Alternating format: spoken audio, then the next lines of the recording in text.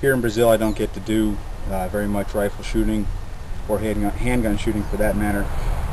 One thing I do a lot of is practice with an air rifle. One of the things I've noticed with the air rifle is I've got this interesting little hood around the front sight.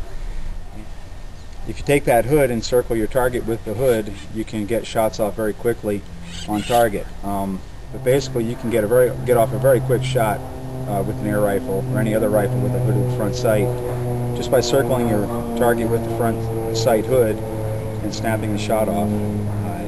It's a very forgiving way to shoot. It's not as precise as using the actual sights, but it is very fast. My target here is a carbide cutting disc, which I just have wired up to the wall. It's a little bit hard to get this camera angle, but you can see the front sight hood and the front sight post. That the top of that post is basically in the center of the front sight hood. So if you use the front sight hood as your visual reference and just put it around the target, a fast way to sight, especially at close range. If we're talking minute of angle, you probably won't make it. If you're talking minute of goblin at that range, you can do very well. Try and get a few shots from another angle here.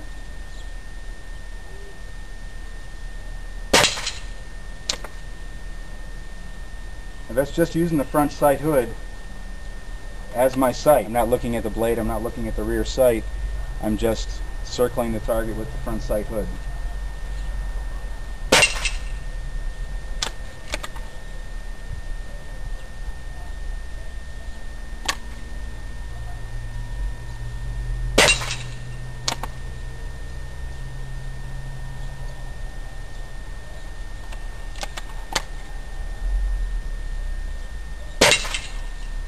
You can see at this range it makes it look easy. It does take some practice to get a good cheek weld and to get a consistent hold on the gun, but it's a good way to make hits quick.